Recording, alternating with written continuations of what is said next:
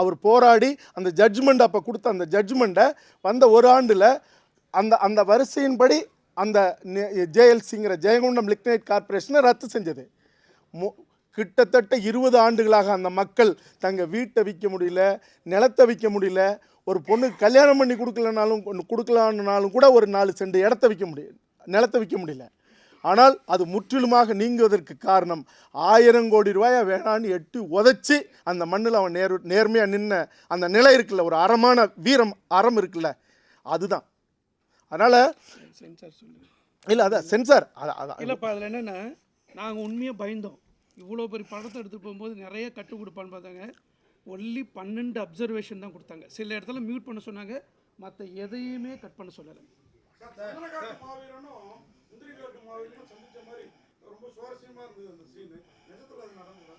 நடக்காத எதையுமே நான் காட்டினதில்லை. நீங்கள் ஆட்டோ சங்கர் பார்த்துருப்பீங்க, சந்தனகாடு பார்த்துருப்பீங்க.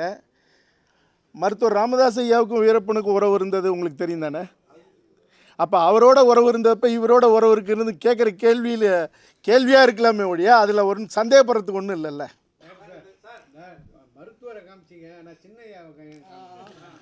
அதாவது இல்லை இல்லை இல்லை இல்லை கொஞ்சம் இருக்கேன்.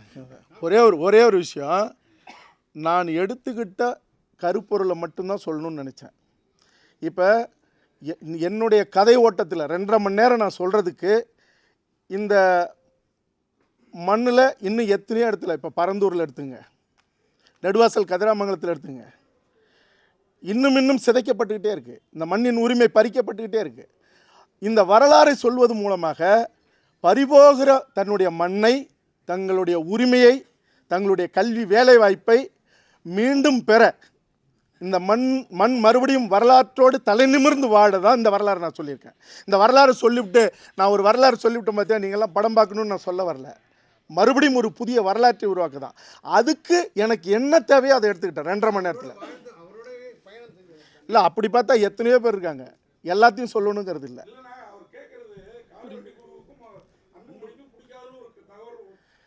இல்லைங்க, நீங்கள் டைரெக்டாக கேட்டாலும் சரி, இன்டைரக்டாக கேட்டாலும் சரி, நான் என்ன சொல்லணும்னு நினச்சனோ, இந்த படைப்பை பார்த்துட்டு அவனுக்கு சூடு சொரணை கோபம், இந்த மண்ணுக்காக நிற்கணுங்கிற ஒரு அறமான வெறி என்ன தேவையோ அதுக்கு மட்டும்தான் நான் படைப்பு எடுத்திருக்கேன் 2.5 மணி நேரத்தில்.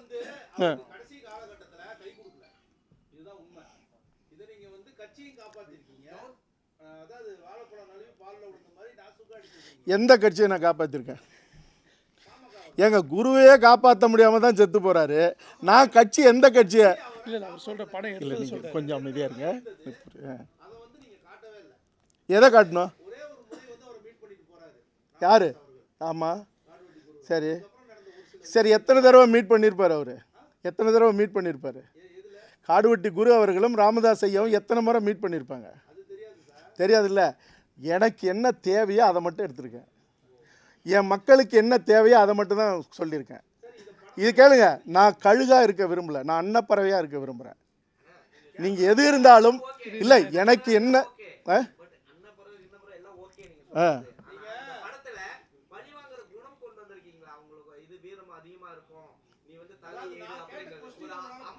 இருங்க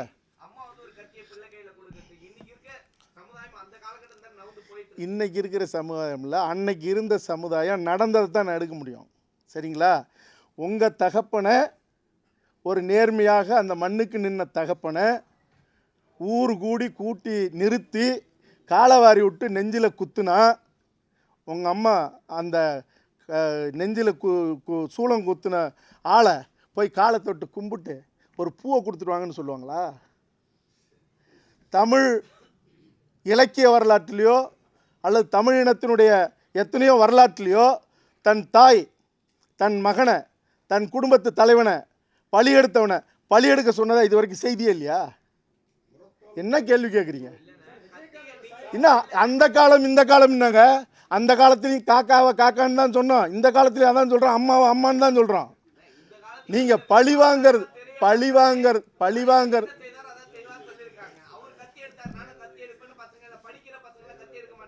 படிக்கிற பசங்கள்லாம் கத்தி எடுக்க மாட்டாங்க, கவலைப்படாதீங்க. அவன் அப்பனை கொன்னவனை தான் கொல்றதுக்கு தான் கத்தி எடுப்பாங்க. அதனால் நீங்கள் குழப்பவே வேணாம். இது நடந்ததை நான் அப்படியே எடுத்திருக்கேன். வேணும்னா நீங்களும் ஜூனியர் விடனில் கேட்டு இல்லைன்னா என்கிட்ட இருக்க அந்த பிரதியை கொடுக்குறேன். மக்களுக்கு துரோகம் பண்ணக்கூடிய அரசியல்வாதிகளையும் கார்ப்பரேட் கம்பெனியும் இருக்கிற மாவீரனா காட்டியிருக்கீங்க. நடந்த கதை இது. அதே மாவீரனுக்கு தான் சொந்த கட்சியிலேயே வந்து தொந்தரவு கொடுத்தாங்க. கடைசி நேரத்தில் சப்போர்ட் பண்ணல. அதையே காட்டல. இன்னொரு படம் நீங்கள் எடுங்க, நீங்கள் தயாரிப்பாளராக எடுங்க ஒரு படம். நான் சொல்லிட்டேன், எனக்கு என்ன தேவையோ, என் மண்ணை பக்குவப்படுத்த பண்படுத்த என்ன தேவையோ அந்த படைப்பை மட்டும்தான் நான் எடுக்க முடியும். யாரு? சரி சரி, இருங்க, அவர் கேட்ட கேள்விக்கு பதில் சொல்கிறேன். இருங்க, 100 கோடி அப்போ 1000 கோடி இல்லை. உங்களுக்கு என்ன சந்தேகம் அதில்? ஏங்க, அம்மாங்கிற மேடம்ங்கிற இதுக்கு மேலே உங்களுக்கு சந்தேகம் தேவையா? ஏங்க, உண்மை இல்லைன்னா விடுவாங்களா? என்னங்க? ம்,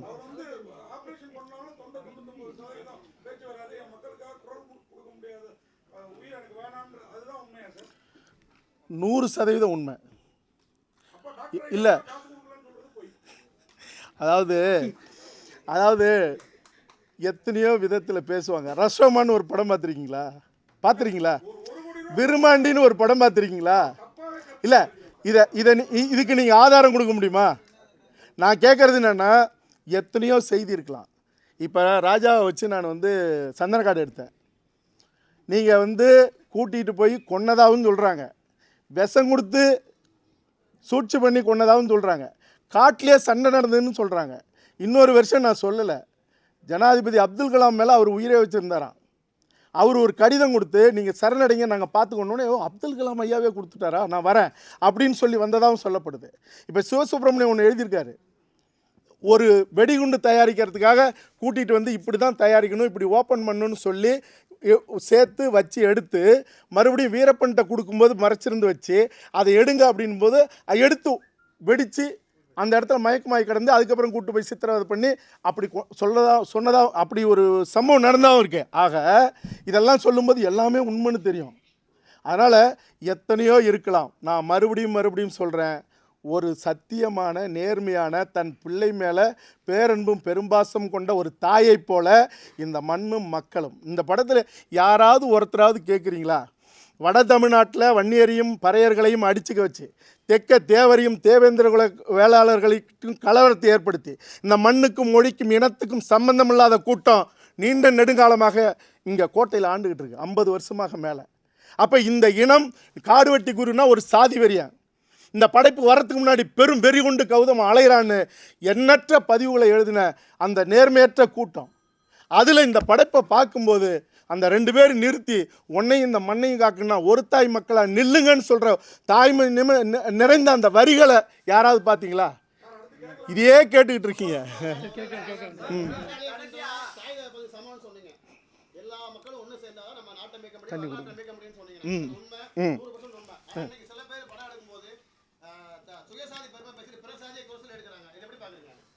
நான் ஒன்று கேட்குறேன், என் படைப்பில் நீங்கள் பார்த்தீங்களா? இல்லை, நான் படைப்பு எடுத்தது, என்னை எடுக்க தூண்டினது நான் நேரடியாக சொல்லியிருக்கேன். ஏற்கனவே இதே அரங்கத்தில் சொல்லியிருக்கேன். என்னுடைய சந்தனக்காடு படைப்பை போட்டு சொல்லியிருக்கேன், செந்தமிழ் நாடுன்னு. நான் சந்தனக்காடு எடுக்கும்போது தேவாரம் இன்ன சமூகம்னு சொல்லலை.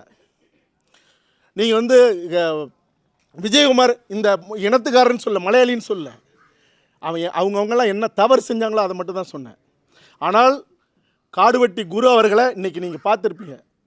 ஒன்று உங்கள் மனசுக்குள்ளே நீங்கள் அழுதுருக்கலாம், எனக்கு தெரியும். 60% 70% உங்கள் கண்ணீர் கலங்கி கன்னத்தில் கூட இறங்கியிருக்கலாம். 60% மேலே இந்த படைப்பை பார்த்துட்டு.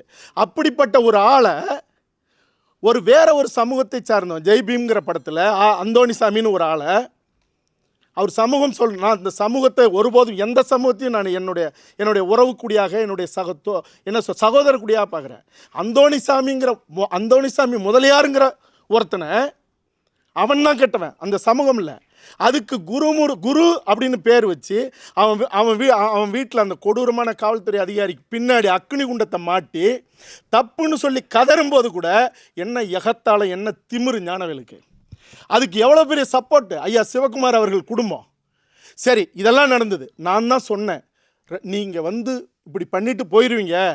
ஆனால் அருகருக காலங்காலமாக வாழ்கிற வன்னியர்களும் பட்டியல் சமூகத்தவர்களும் இன்னைக்கு வந்து முகநூல் நிறைய கருத்தை கசப்பானதை விதைச்சிக்கிட்டு இருக்காங்க. இதை என்னால் பார்க்க முடியல, தனிப்பட்ட முறையில் என்னால் பார்க்க முடியல. ஏன்னா என்னுடைய தந்தை 45 ஆண்டுகளுக்கு முன்னாடி ஊர் ஓரத்தில் ஊருக்குள்ளே இடம் கொடுத்து வீடு கட்டிங்கன்னு சொல்லி எங்கள் குடும்பத்தை தள்ளி வச்சு என்னை தீண்டத்தகாத மாதிரி பார்த்த அந்த நிலையிலிருந்து நான் வந்து இந்த சமூகத்துக்காக நின்று போராடிட்டு இருக்கேன். நான் சொல்கிறேன், வேணாயா, ஒரு வருத்தம் தெரிவிங்க, வருத்தம் கூட வேணாம், அந்த பேரை எடுங்க, அந்த அக்னி குண்டத்தை எடுங்க, அந்த குருங்கிறத வாத்தி வேற ஏதாவது பண்ணுங்க, கெஞ்சின கதர்ன. ஆனால் என் மீது சுமத்தப்பட்டது என்ன? ஈவு இறக்கமற்ற முறையில் எல்லாருக்கும் நின்னவனை என்னை ஒரு வெறி பிடிச்சவனை மாற்றி இந்த சமூகத்து முன்னாடி காயப்படுத்தணும்னு நினச்சாங்க. இதோடு நின்று இருந்தாலும் கூட கருமம் எப்படியாவது போகட்டும், இந்த நேர்மையற்ற கூட்டத்துக்கு என்னைக்காவது ஒரு நாளுக்கு இதுக்கான பதிலடியும் ஏதாவது ஒரு ரூபத்தில் கிடைக்கும்னு விட்டேன். ஆனால் ஞானவேல் அவர்களுக்கு நண்பரும் எனக்கும் நண்பருமான ஒரு பத்திரிகையாளர் கேட்கும்போது, ஏன் இப்படி பண்ணீங்க, கௌதமன் கேட்டதில் என்ன தப்புன்னு கேட்க நேரில் அவர் அலுவலகத்து பக்கத்தில் ஒரு டீ கடையில் நின்று கேட்கும்போது அவருக்கு தெரியும் யாருலாம். கேட்கும்போது உங்கள் கௌதமன் தான் வீரப்பனை, ஒரு கொள்ளக்காரன் வீரப்பனை எடுத்தார, ஏன் தாதா ரவுடி அவன் அவன் வேணா உங்கள் கௌதமனை எடுக்க சொல்லுங்க. அப்போ நேர்மையற்ற ஒருவன், நீங்கள் இப்போவும் சொல்கிறேன், ஜெய்பீம் ஒரு அற்புதமான படைப்பு. ஏன்னா படைப்பை ரசிப்பவன் நான், குழந்தை மனதோட தாய் மனதோட. ஆனால் உங்கள் படம் ஓடணும், உங்களுக்கு பணம் வரணும் அப்படின்னு ரத்தம் குடிக்கிற இந்த குரூர எண்ணத்தோடு அதில் படைக்கப்பட்டது மட்டும் இல்லை, அவர்கள் கதறி கோரிக்கை வச்ச போது அல்லது அவர்கள் எதிர்ப்பை தெரிவித்த போது ஆடு மாடு மேலே காலு பட்டா கூட தொட்டு கும்பிடுவான் மனுஷன். அவன் மனுஷன் சொல்லும்போது யார் மனதாவது இதுக்கு சூர்யா காரணம் இல்லை. அவர் சொல்கிறார், சூர்யா காரணம் இல்லை, நாங்கள் தான் வச்சோம். யார் மனதாவது புண்பட்டுருந்தா, உன்னை பார்த்து நாங்கள் இப்படி கதறோன்னு சொல்லும்போது கூட நீ என்ன படைப்பாளி, உனக்கு என்ன அறிவு, அப்போ தானே நீ யார், என்ன மொழி, நீ இந்த மண்ணுக்கு சம்பந்தம் உள்ளவனான்னு ஏன் தோண்டி ஆராய பார்க்குறோம். எல்லை தாண்டி வந்து படைப்பு செய்யலாம், எல்லாருக்கும் சுதந்திரம் உண்டு, இங்கே எவனும் தடுக்க முடியாது. ஆனால் எல்லை தாண்டி வந்து என்னுடைய ஒரு பாரம்பரியமான ஒரு மரபு சார்ந்த 50,000 ஆண்டுகள் வரலாறு கொண்ட என் மண்ணில் கலவரம் செய்யறதுக்கு எவனுக்கு உரிமை இருக்கு? யார் மனதாவது புண்பட்டு இருந்தால் நாங்கள் வருத்தப்பட்டு, யார் மனசு, ரோட்டில் போகிறோம் வரோனா, இந்த மண்ணுக்காக சண்டை போட்டு செத்த கூட்டம் மறுபடியும் இந்த கூட்டம். எனக்கு எந்த கவலையும் இல்லை. நான் ஏதோ அந்த சமூகத்தில் பிறந்தேன், அதுக்காக நான் சண்டை போடுறேன்னு நினச்சிருக்கலாம். உள்ள ஆய்ந்து பார்க்கணும். ஒரு பெரும் சமூகம், எண்ணிக்கையில் பெருங்குடி, நீ அவனை கருத்தியில் அடிச்சுட்டா நாளைக்கு ஒரு அத்துமீறி உள்ளே வரும்போது, இந்த இனத்துக்கான பேரழிவு உள்ளே வரும்போது அவனை எப்படி கூப்பிட முடியும்? அவன் எப்படி வந்து நிற்பான்? ஏன்டா எல்லாரும் எங்களை அடிக்கிறீங்களேடா ஜாதி வரின்னு, நாங்கள் எதுக்குடா வரணும், சாவுங்கடான்னு சொன்னான். அவன் மட்டுமா, 5 பேர் கொண்ட குறவர் குடியாக இருந்தாலும் அவனும் இந்த மண்ணுக்காக நிற்கணும். அப்போ இப்படி அடிக்கும்போது எல்லாரும் வேடிக்கை பார்க்கும்போது எல்லாத்துக்கும் நியாயம் கேட்டுவேன், நான் அதுக்கு போய் நின்னே ஆகணும். அதான் அறம். அதில் நிற்கணும்லண்ணா, இல்லை நான் போய் நின்னா என்ன சாதி வரி, சொன்னால் சொல்லிட்டு போங்கடா. என் மண்ணை காக்க எனக்கு என்னடா வழி இருக்கோ? எதுக்கு நான் கத்திப்பாராவில் நிற்கணும்? எதுக்கு 17 நாள் அக்னி வெயிலில் நான் எதுக்கு சிறையில் இருக்கணும்? எதுக்கு அவனியாபுரத்துக்கும் எனக்கு என்ன சம்பந்தம்? நான் மாடு வச்சுருக்கேனா? ஏன் வாடி வாசலில் ரத்தம் சிந்தணும்?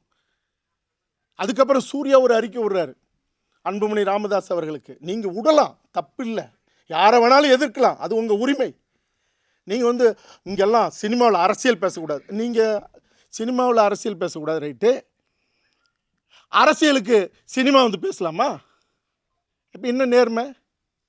எதுக்கு சொல்கிறேன்னா, மறுபடியும் நீங்கள்லாம் எங்களுடைய எதிரின்லாம் நான் நினைக்கவே இல்லை.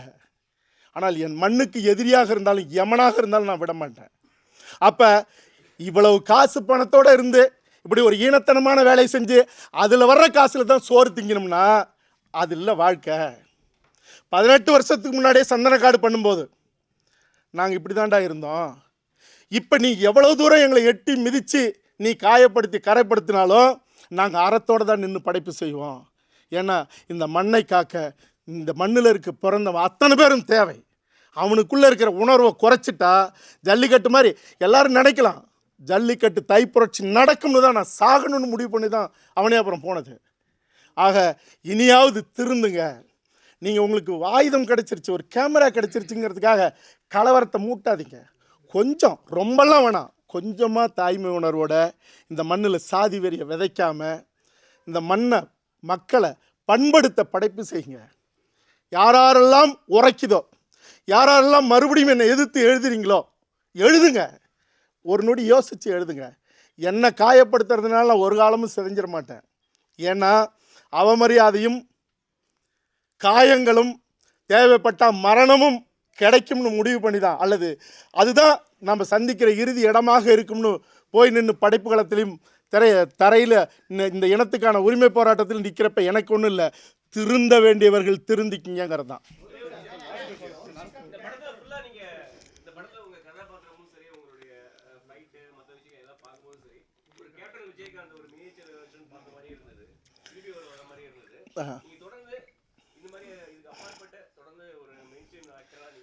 அது அது உங்களுக்கு நல்லா இருந்ததா? சரி, நன்றி. ஒரு விஷயம் என்னென்னா, நீங்கள் யாரை பார்த்து வரீங்க அப்படிங்கிறது ஒன்று இருக்குது. ஜெயகாந்தன் அவர்கள் எழுத்தை பார்த்து தான் எனக்கு எழுதணும், கதைகள் படைக்கணும்னு தோணுச்சு. எங்கள் அப்பா ஒரு கம்யூனிஸ்ட்டு, தோழர் தமிழரசன் புலவர் கலியபெருமாள் யாருன்னு உங்களுக்கெல்லாம் தெரியும். இந்த மண்ணுக்காக, இந்த மண்ணின் விடுதலைக்காக போராடி இந்த மண்ணில் ரத்தம் சிந்தி உயிர் விட்டவர்கள். அவருடைய உயிர் நண்பர் எங்கள் அப்பா. அப்போ அந்த வழி வந்தவன் நான். இப்போ 9வது வரைக்குமே நான் சினிமா பார்த்ததில்லை. சிவப்பு மல்லிங்கிற ஒரு படம் வந்தபோது நம்ம கருத்துள்ள படைப்பு வருதுன்னு வான்னு கூட்டிகிட்டு போனார். அதுக்கு முன்னாடி திரை தெரியாது, காட்சி என்னன்னு தெரியாது. போய் நின்னா விஜயகாந்தனுடைய கருத்த முகம், செவந்த கண்கள், அந்த தப்படிச்சு எரிமலை எப்படி பொறுக்கும் நெருப்புக்கு இன்னமாக உறக்கம்னு அந்த பாடும்போது பார்த்ததில் அப்படியே கண்ணு வழியாக இறங்கினது தான். அப்படியே படிப்படியாக நகரத்துக்கு வந்து படிக்க ஆரம்பிச்சும்போது சினிமாவுக்கு போயிடணும் அப்படின்னு தோணுச்சு. அப்படி வந்தது தான். ஆக விஜயகாந்தை பார்த்து நடிக்க வந்ததுனால அந்த பாதிப்பு இயல்பாகவே இருக்குங்கிறது தான். அது உங்களுக்கு பிடிச்சிருக்குங்கிறது எனக்கு மகிழ்ச்சி.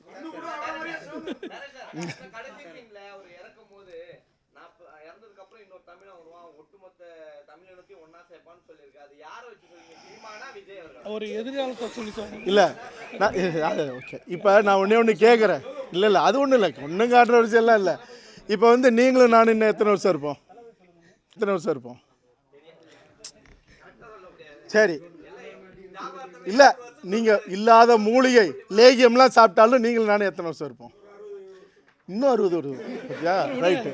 சரி, இருக்கோம். ஆனால் 60 ஆண்டுகளுக்கு பிறகும், இப்போ 2000 வருஷத்துக்கு முன்னாடி திருக்குறளுங்கிறோம், சங்க பாடல்கள்ங்கிறோம், படைப்பு. அப்போ இன்னும் 60 ஆண்டுகளுக்கு பிறகு, 100 ஆண்டுகளுக்கு பிறகு, 200 ஆண்டுகளுக்கு பிறகு இதுவும் ஒரு படைப்பு, இதையும் ஒரு இலக்கியமாக பார்க்குறேன். அப்போ இந்த படைப்பை பார்க்கும்போது யார் பேரடா சொன்னாவன்? இந்த மண்ணுக்காக நின்னவன் கரிகாலனை சொன்னான், ராஜேந்திர சோழனை சொன்னான். கொஞ்சம் புரியும்படியாக சொல்லணுங்கிறதுக்காக அண்ணன் மேதகு பிரபாகரன் அவர்கள் பேரை சொன்னால், தோழர் சென்சாரில் சிக்கல் வரணும், தோழர் அன்பரசங்கிற தோழர் தமிழரசன் யார், ஏன்னா படமும் காட்டியிருக்கேன் நான் சொன்னால், ஒரு துளியாக காடுவெட்டி குரு அவர்களும் அந்த மண்ணுக்காக நின்னார். அப்போ இந்த வரிசையில் எவனாவது ஒருத்தன் வருவான் அப்படின்னு சொன்னால் அது நாமளாக தான் இருக்குன்னு ஒருத்தன் வருவான்ல. இப்போ நான் எப்படி வந்தேன்? இந்த வரலாறு நான் தெரிஞ்சுக்கிட்டு தானே வந்தேன். ஆக இந்த மண்ணில் ஒரு விதையும் போடணும், அதுதான் முக்கியம். அதுதான் அதாவது இல்லை சொன்னாங்க என்னன்னா, இல்லை இரு அவர் முக்கியமான கேள்வி. என்னுடைய தாய்க்கு சமமான தமிழீழ தேசிய தலைவர் பிரபாகரன் அவர்கள் படம் வீட்டு வாசலில், அந்த ஓட்டு வீடு இன்னமும் இடிஞ்சு இருக்குது. இப்போவும் போனாலும் கிட்டத்தட்ட 35 ஆண்டுகளுக்கு முன்பு மாட்டப்பட்ட கசங்கி அழுக்காகி போன தலைவர் பிரபாகரன் படம் அந்த வீட்டு வாசலில் இருக்கும். இன்னும் இடிக்கப்படாத வீடு அது. இதை வந்து என்கிட்ட கேட்கல, என்கிட்ட கேட்கறதுக்கு முன்னாடியே சென்சாருக்குள்ளே இருந்த ஒருத்தர், அப்புறம் சொல்லப்பட்டது எனக்கு, இது என்ன இதுக்கு அது தூக்கிடணும் அப்படின்னு ஒருத்தர் சொல்லும்போது இன்னொருத்தர் சொல்லியிருக்காரு, இல்லைங்க நான் அந்த பகுதிக்கெலாம் போயிருக்கேன், அவர் வீட்டு வாசல் முன்னாடி அது இருந்தது அப்படின்னு இன்னொரு உறுப்பினர் சொல்லி அவங்களுக்குள்ளே வாக்குவாதம் நடந்து, இருந்ததுன்னா இது உண்மை கதைன்னு நீங்கள் ஏற்றுக்கும் போது அதையும் நீங்கள் ஏற்றுக்கிட்டு தானே ஆகணும் அப்படின்னு சொல்லி அது அந்த படைப்பில் வந்தது.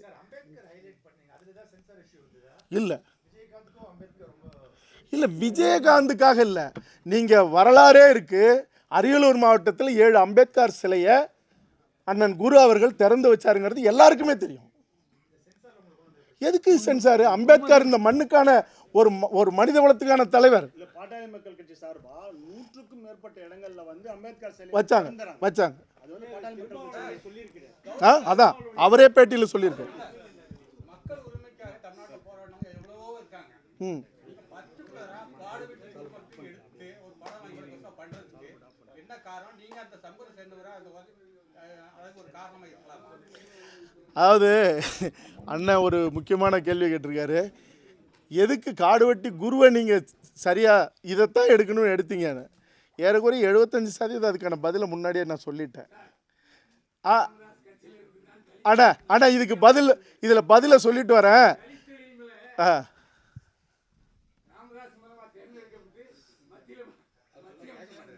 அதாவது முதல்ல வருகிற அமைச்சர் ஒரு தலித்தை தான் நான் உருவாக்குவேன்னு சொல்லி மருத்துவர் ராமதாஸ் ஐயா அவர்கள் இந்தியாவிலேயே முதல் முறையாக அண்ணா பயில்வான கலவரத்தில் குண்டு போடாத, இப்படி ஒரு கேள்வியை தூரத்துலேருந்து கேட்குறதே பெரிய விஷயம். வச்சிருக்கீங்களா குண்டு? ஆமாம். அப்போ அவர் மட்டும் இல்லை, பொன்னுசாமிங்கிற இன்னொரு பட்டியல் சமூகத்தை சார்ந்தவரையும் அமைச்சராக்குனார். ஆமாம். அதுக்கப்புறம் அவங்க போய் அதான் அது வரவேற்புக்குரியதான். அண்ணன் கேட்டதுக்கு நான் இல்லை, அவர் அண்ணன் கேட்டது சொல்லிடுறேன். நான் முன்னாடியே சொல்லிட்டேன். 75% மிக முக்கியமான தூண்டுதல் ஞானவேல் அவர்களும். நான் சிவகுமார் சார் எப்போவுமே இன்றைக்கும் இல்லை என்னைக்கும் மதிப்பேன். ஆனால் நீங்கள் வந்து ஞானவேல் அவர்கள் செஞ்சது தப்புன்னு நீங்கள் உங்கள் வயசுக்கு சொல்லாதது எனக்கு வருத்தம் தான். ஏன்னா நானே அவருக்கு குறுஞ்செய்தி அனுப்புனேன். மருத்துவர் ராமதாஸ் ஐயாவை சந்திங்க, இது வந்து 2 சமூகத்துக்குள்ள பெரிய சிக்கலாகுதுன்னு குறுஞ்செய்தி அனுப்பி கூட ராமதாஸ் ஐயா மழை அன்னைக்கு அந்த நாளில் அவர் சந்திக்கலாம் இவர் தயாராக இருந்தார் ராமதாஸ் ஐயா. ஆனால் அவர் பதிலே சொல்ல. அப்போ கூட இவர் சொன்னார் அலைபேசியில் வர சொல்லுங்கள் எதுக்கு அப்படின்னு மருத்துவர் சொன்னார். அப்போதும் வரல. ஆக இந்த தகிப்பில் அந்த படைப்பினுடைய லாபம் பார்க்கணும்னு நின்ன நிலை இருக்குல்ல, அதனை தொடர்ந்து அவர்கள் நடந்துக்கிட்ட முறை இருக்குல்ல, அதுதான் மிக முக்கியமானது.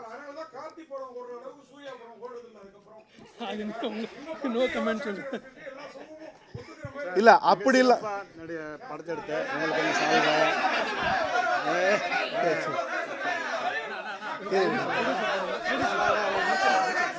சரி சரி சரி அது ஓகே ஓகே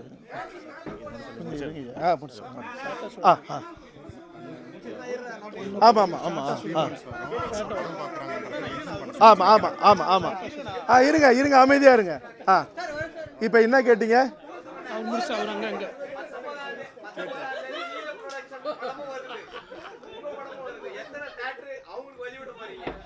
அதாவது வழி விடுற அளவுக்கு நான் ஒன்றும் பெரிய ஆள் இல்லை. சகோதரன் அதியன் ஆதரியன் ஜெயிக்கணும்னு நான் மனமாற வாழ்த்துறேன். ஏன்னா அதியன் ஆதரியும் ஒரு மண்ணுக்கான உரிமை பேசுகிற படைப்பை தான் எடுத்திருக்காரு. அதனால் நீலம் ப்ரொடக்ஷனும் வெற்றி அடையணும், இந்த மண்ணுக்கான படைப்பை செய்யணும், கொஞ்சம் உணர்ச்சி வசப்படாமல் சில விஷயங்களை பண்ணணும்னு தான் நான் சொல்லிக்கிறேன். அதனால் மண்ணுக்காக படைப்பு எடுப்பவர்கள் அத்தனை பேரும் வெல்லணுங்கிறது தான். அப்புறம் இருங்க அதாவது அந்த லீ மேஜிக் பழைய 4 ஃப்ரேம்ஸ் குட்லக் அதில் அண்ணன் சீமான் அவர்கள் படம் பார்த்துக்கிட்டு இருக்காங்க, வைரமுத்து அவர்களும் பார்த்துக்கிட்டு இருக்காங்க. அதனால் நீங்கள் எல்லாரும் அங்கே வரணும். ஒன்றும் இல்லை, இதை தொடர்ந்து நான் தமிழரசன் வரலாறு எடுக்க போகிறேன், அண்ணன் மேதகு பிரபாகரன் அவர்கள் வரலாறு எடுக்க போகிறேன். இந்த மண்ணுக்கான உரிமை மீட்க ஒரு நெருப்பு திறவுகளாக அந்த படைப்புகள்லாம் இருக்கும்.